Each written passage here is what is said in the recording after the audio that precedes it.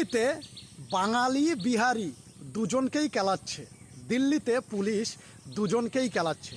যে বাংলায় কথা বলছে তাকেও কেলাচ্ছে, যে ভোজপুরিতে কথা বলছে যেটা বিহারি ল্যাঙ্গুয়েজ তাকেও কেলাচ্ছে। এখন আমার প্রশ্ন একটা, বাঙালিদের কেলাচ্ছে আমি মেনে নিলাম, কেননা পশ্চিমবাংলার থেকে যেসব ভুয়ো আইডেন্টি কার্ড, আধার কার্ড, প্যান কার্ড তৈরি হয়েছে তার ভিত্তিতে কেলাচ্ছে পুলিশ।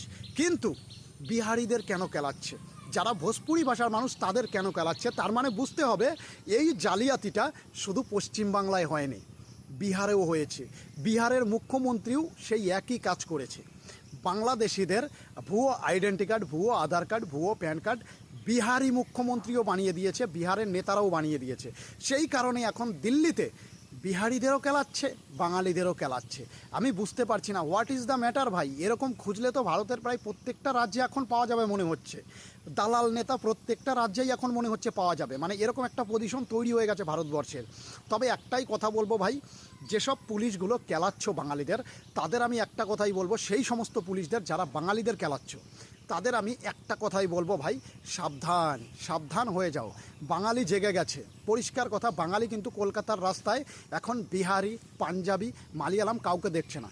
সোজাসুজি বলছে বাংলায় থাকতে গেলে বাংলা কথা বলতে হবে। কেলাচ্ছে কিন্তু এখন সকলকে। তাই সেই সব পুলিশদের আমি বলতে চাই, শুধু বাংলাদেশিদের কেলাও, ভারতীয়দের নয়। ভারতের বাঙালিদের কেলালে তোমাদের কপালেও কষ্ট আছে। ক্লিয়ার কথা।